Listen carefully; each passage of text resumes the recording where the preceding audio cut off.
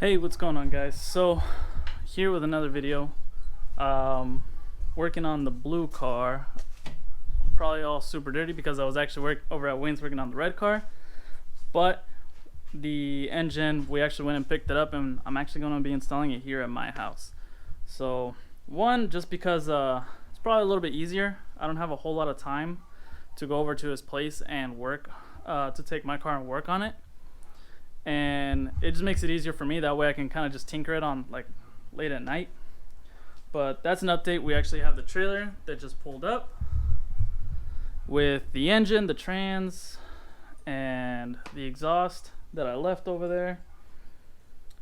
Also got a boatload of other parts. So I talked about, I think in a previous video I may have spoken about what kind of intake manifold I was going to be using, and it came in. So what this is actually a GT350 manifold and throttle body. I don't think I'll be able to run the throttle body, but we'll see. I mean, if anybody knows how to use one of these on a Gen 1, let me know. But I think the electronics are different. I'll have to go check out mine so I can compare the two. But I got mine right here, and here you can see how the two look. You can definitely tell the GT350 is a lot bigger. The connectors, though, they look to be about the same. Maybe the GT350 might have one more pin, I don't know, but I'm definitely gonna need an adapter to run my stock throttle body. I think it's the electronics that might be different, but that's an update on that. And then I also got a new cold air, came with it, kind of got it as a package deal, so should be getting plenty of airflow through that. So stoked to run that. And we got Joe over here. What up, dog?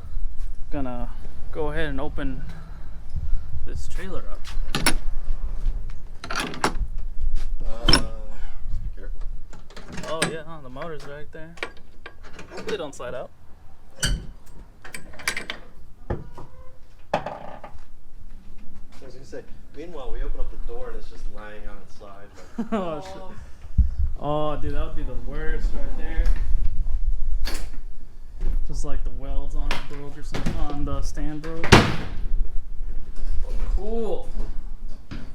So we got a giant total parts, exhaust, trans, cherry picker, most importantly motor. Alright, well, we're gonna take this down and figure out a way to shove all this shit in the garage. So yeah, that's gonna be fun. Is that everything, Joe? yeah. Cool. Alright, well, looks like we got everything else unloaded. I don't think I'm gonna work on it today. I'm freaking tired. But check it out. We got garage space too.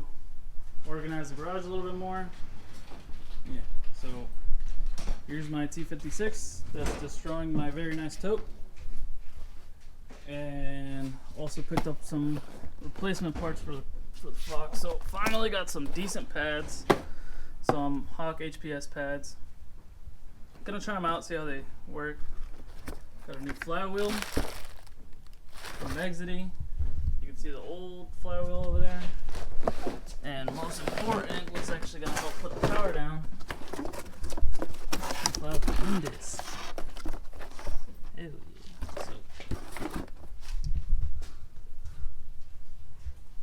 But here's another look, another shot of the motor. I really gotta take that off. Technically it's not a 5.2, but there it is. So this intake manifold is gonna require deleting the IMRCs, which should clear up a lot of this mess. And I don't know, I'm gonna try and see if I can figure out how to run this GT350 throttle body, mainly because mine used to have a V-band welded on and I cut it, and it kind of makes it a pain for cold air intakes. Meanwhile, this one still has a lot of meat on the bone, and it's also, come on, GT350 throttle body just completely engulfs the stock one. but that can get cleaned up nicely,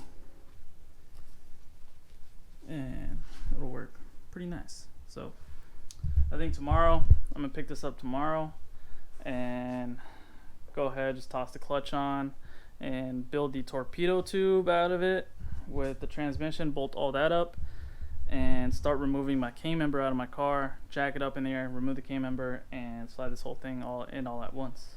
So I think I'm gonna pick that up tomorrow. Hey, what's going on, guys? So it's another day.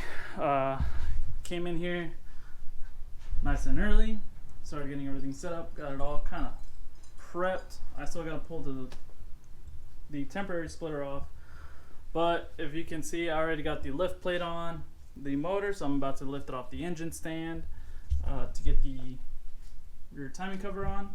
And of course, we're going to be using the Motion Raceworks engine plate, which is actually a really nice piece. Definitely helps you lift up the engine, gets you a nice solid point, and even gives you multiple attachment points. Nice piece. This one even has definitely seen its fair share of use. Okay, so got the engine all on the cherry picker now. Now I'm gonna start installing the flywheel and clutch. So for flywheel, I will be running an Exity lightweight flywheel. So this is a one-piece flywheel that had all the surfaces machined out, so it'll be lighter. And for a clutch, I'll be running a McLeod twin disc RST. So this is a dual disc clutch, has a ton more clamping force than a regular single disc clutch, while being able to maintain a soft pedal feel that's probably just as, or if not softer than stock. Okay, so we're not gonna put a flywheel on because I ordered the wrong flywheel. But we found another one on offer up. Right, Joe? Brand new. Brand new. But I can't meet that guy till like 4:30, so I think I'm gonna spend the next hour prepping the car, get the wheels off, drop the K member, and probably remove the front bumper. So gonna go ahead, prep the car, do something productive and get this going. So I'm gonna start on that.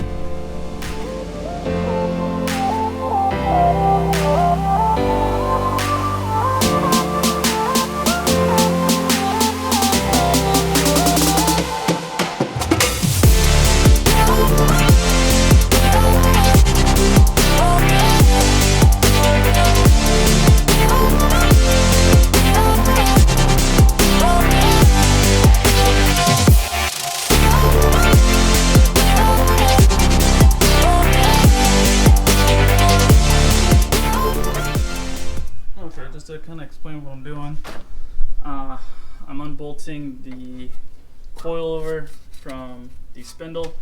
I already took off the brakes. I'm actually going to hang those off of the coilover itself with a zip tie. Then I'm going to do the same thing to the other side. The sway bar is already disconnected. I'm going to take the 4 K-member bolts on each side, and I'm actually going to drop the entire K-member as one piece. Make sure I take out the steering shaft, and it should lower down all in one piece. And then that way it'll allow us to put the motor from the top with the headers on, with nothing in the way. So I'm gonna go ahead, do the other side, and drop this K-member. Okay, so I got the K-member down. That was pretty easy, just the 4 bolts like I said earlier.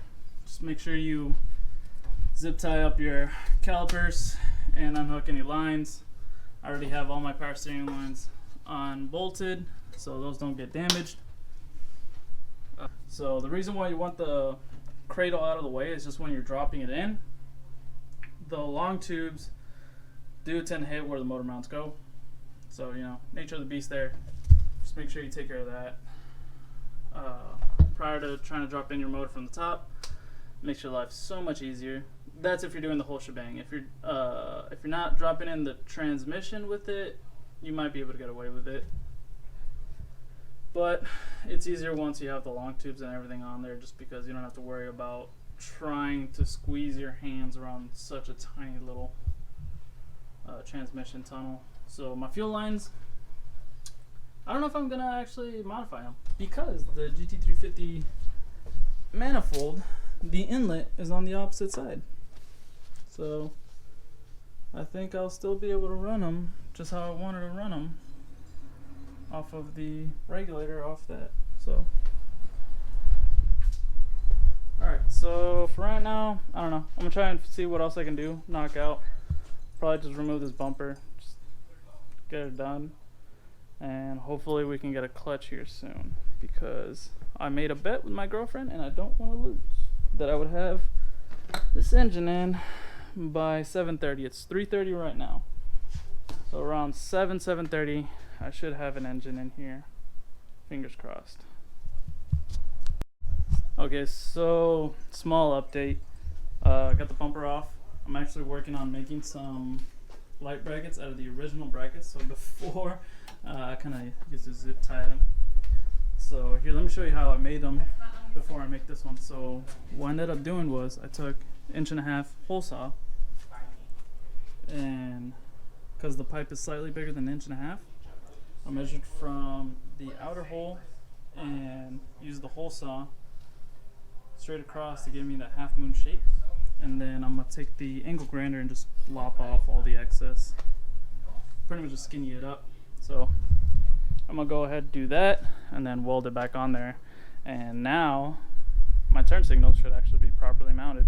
So today kind of just turned into a super progressive day on just tackling all the little shortcuts I made in the past. So there should be one properly built race car now.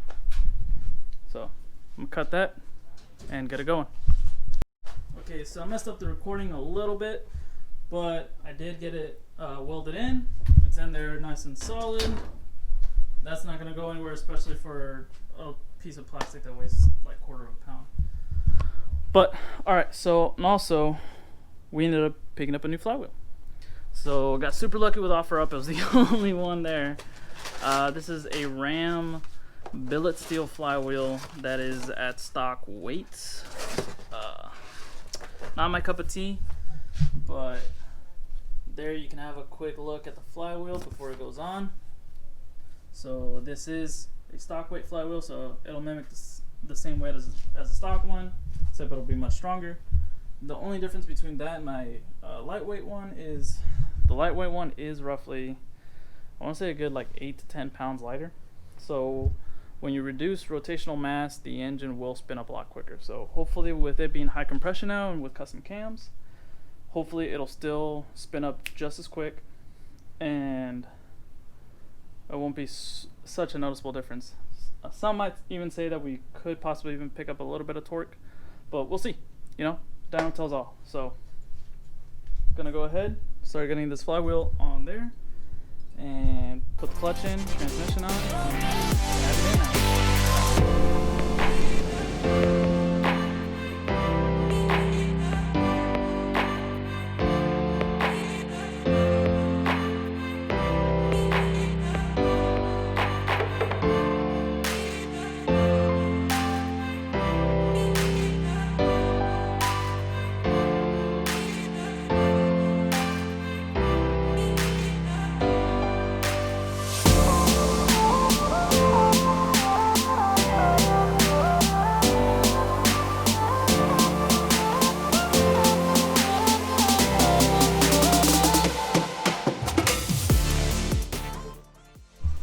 So I have the clutch on now.